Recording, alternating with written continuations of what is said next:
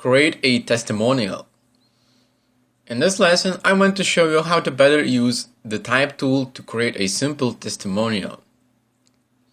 It's going to be an easy one, but you will better understand type tool options and features in Adobe Photoshop. To start with, create a new document, and size doesn't really matter at this point. After that, grab a type tool by pressing T on your keyboard. Now, as you probably remember from the introduction to typography, you know that the better way to write bigger texts with long sentences is to drag with our type tool. This way you don't need to press enter after each of the sentence and to go to the other line. So drag with type tool whatever size you want, and that's it. Now we need to fill and add some text in it.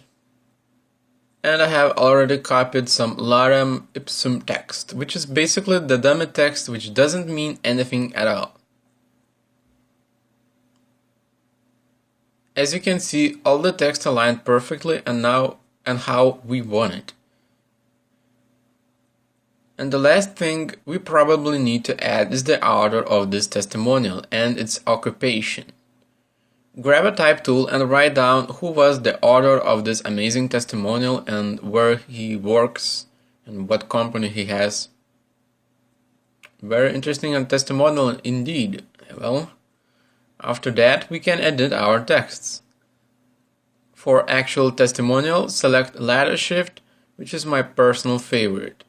Make it italic and set the size to something like this. Now, with the author text, make it a little bit different from an actual testimonial.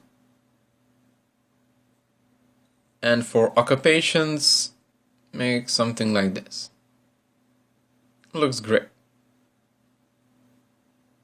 Alright, that's it. As you can see, I can make a lot of different things with type tool in Photoshop, and you can play with them on your own.